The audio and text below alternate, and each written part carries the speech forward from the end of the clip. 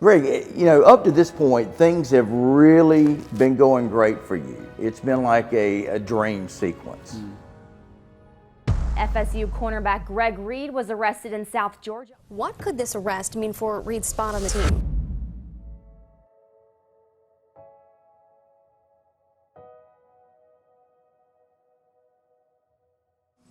That situation occurred up there, which became his third test.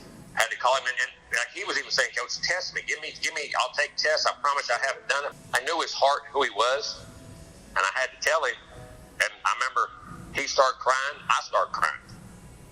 I mean, he was crying. I was crying. And Kelvin Smith was in the room too. Kelvin came in, and Kelvin's crying because they were related. And I mean, and I sat there and just hugged him and said, "Listen, I'll help you do whatever. It doesn't mean it's over. It's just that's the rules here. What's got to happen." And it was one of the hardest things I ever did as a coach because I knew his heart. I knew who he was as a person, and it was one of the toughest things I ever had to do as a coach. I believe that wholeheartedly, and I believe this. I'm not so sure in 2012 we had to do that right before the 2012 season in a year. We went 12-2 that year, and I still to this day believe if we had him, we lost 17-16 and we were leading Florida in the fourth quarter, and EJ gets hurt and they come back and won. I still believe those games we could have been in the national championship. I truly believe that because he would have. Those games that were close like that, he always made a difference. Greg, looking back at Florida State, any regrets? Not winning the national championship. I missed it. I should have won it. I could have won it, and that's the only regret I have at Florida State.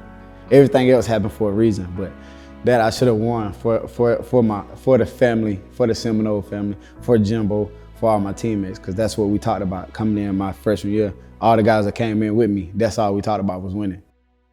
When you leave Florida State, you go to Valdosta State, and before you can even get going, you suffer an injury. Greg, talk about that and what that was like.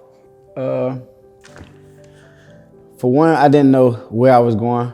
I believed I played football with Doug Belts, and he was a senior back when I was a freshman and sophomore, and he was the coach at Valdosta State now. He's doing great right now, so I want to give him a shout out too.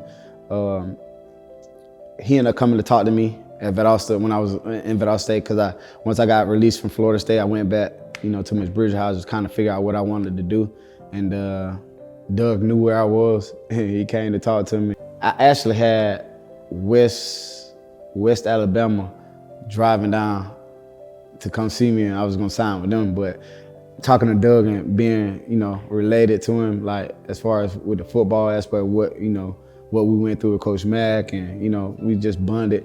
I decided to go to Valdosta State, and I waited. I was practicing. It was like during camp, so I waited a couple weeks in camp, and I ended up joining the team, signing, ended up practicing, and it was a great camp though. And then during camp you always have a scrimmage, and Coach Dean decided to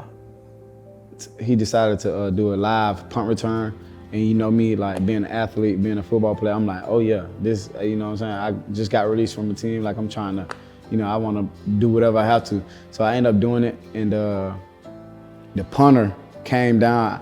I had scored though. Did my thing. I was on the sideline, scored, and the punter, I didn't think the punter was live. I see him running full speed down at me. I just tried to hit a spin move, which I did hit a spin move, but it tore my ACL. So one play and done at Valdosta State. Mm-hmm. And what is next in Greg Reid's career at that point? At that time, I decided to go to the NFL. I thought that was the best decision for me. I went to the combine, and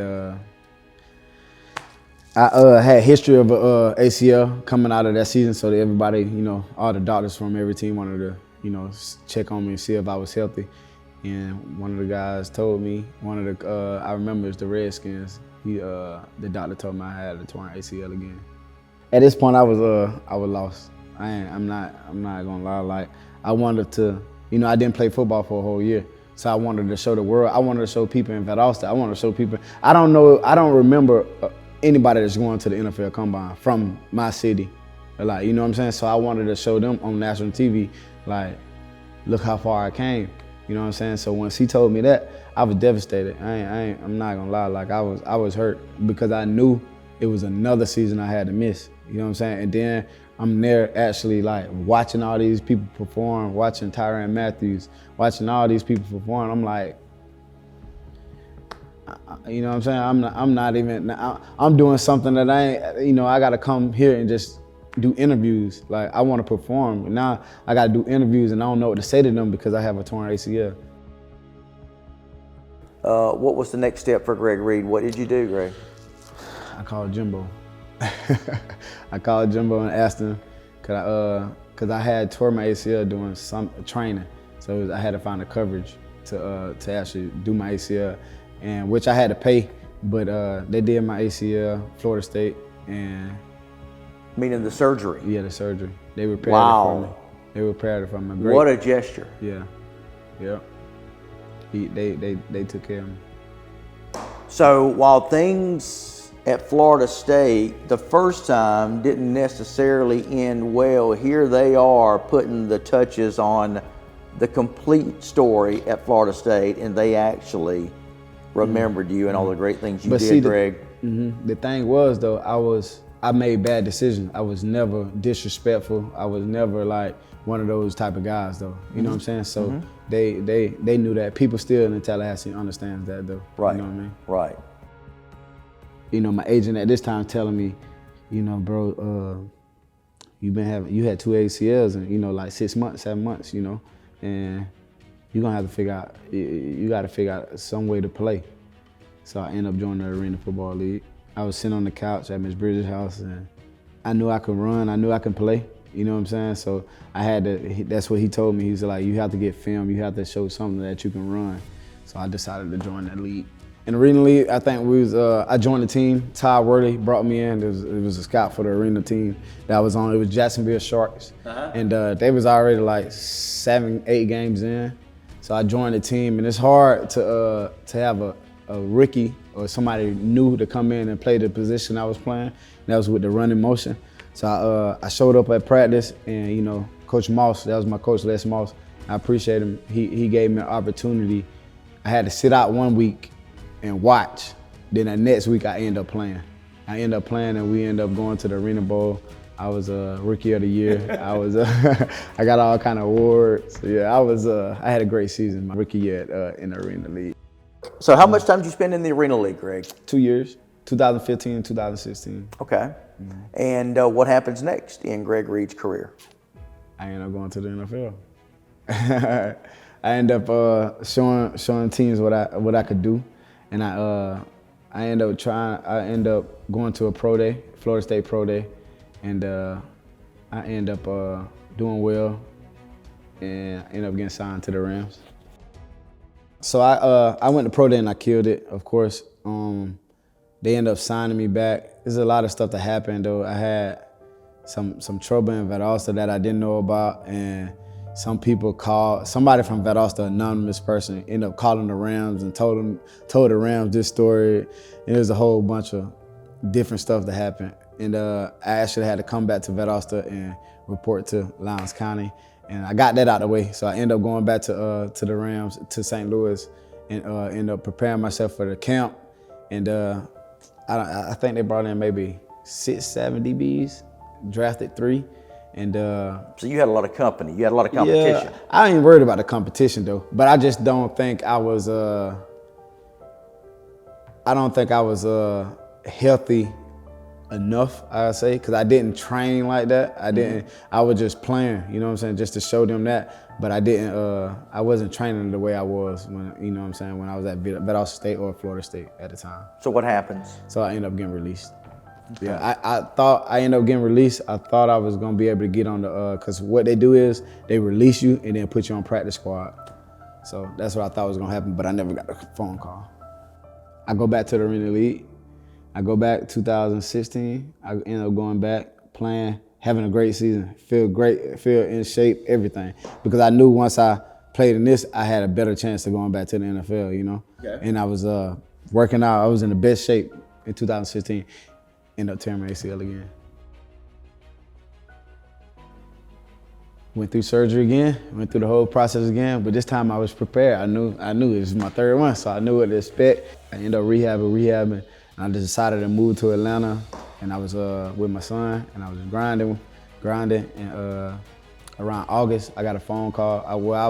At this point, I waited for so long. At this point, I waited for so long, and I was like, all right, I'm ready now. Like, something clicked in my mind. I was like, all right. So I called my agent. I'm like, man, find me somewhere to play. I'm not playing arena football no more.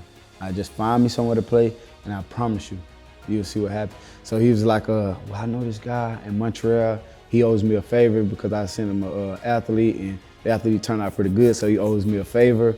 Like, you know, we can just bring you, like, well, he contacted the guy, and the guy contacted him back. He was like, yeah, we'll bring him in on a, 2-day waiver. Basically, I had 2 days to show him, that my ability, you know what I'm saying? So that 2 days turned into another 2 days. They can keep re-signing you like that. So I end up getting a phone call in August to come play for Montreal.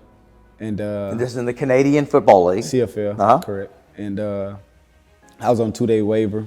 So I was, they brought me in for kick return, punt return. I was doing that, but I also was doing defense. And, I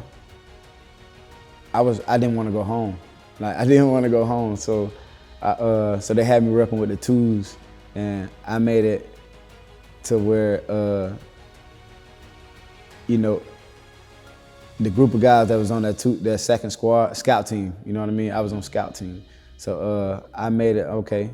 They don't really show love or show respect to scout team because they focus on the people that's actually gonna play. Cause I came in when there was already 7-8 games in again. You know what I'm saying? So I got the second team together, the scout team together, and we was, I told them we're gonna make noise, we're gonna talk, we're gonna run the plays that they want us to run and make plays, you know what I'm saying? So I got them group of guys together and we was running around yelling on the field. So I was blessed with the opportunity at practice. That's when Johnny Manziel was there. I was doing pretty good at practice. I think they realized that I was a pretty good corner too. So they started repping me in with the corners or whatever. Cause like I said, I was just mainly doing special teams. And one of the guys ended up getting hurt. And I ended up playing the last 3 games. And I had like 25 tackles in 3 games. Like in 2019, it was my first full year with the Montreal Alouettes. And I came in, I was prepared, I was ready. Cause I knew when I left 2018, they signed me back for 2019. So I knew I had to be ready. So in 2019, I ended up getting All-Star.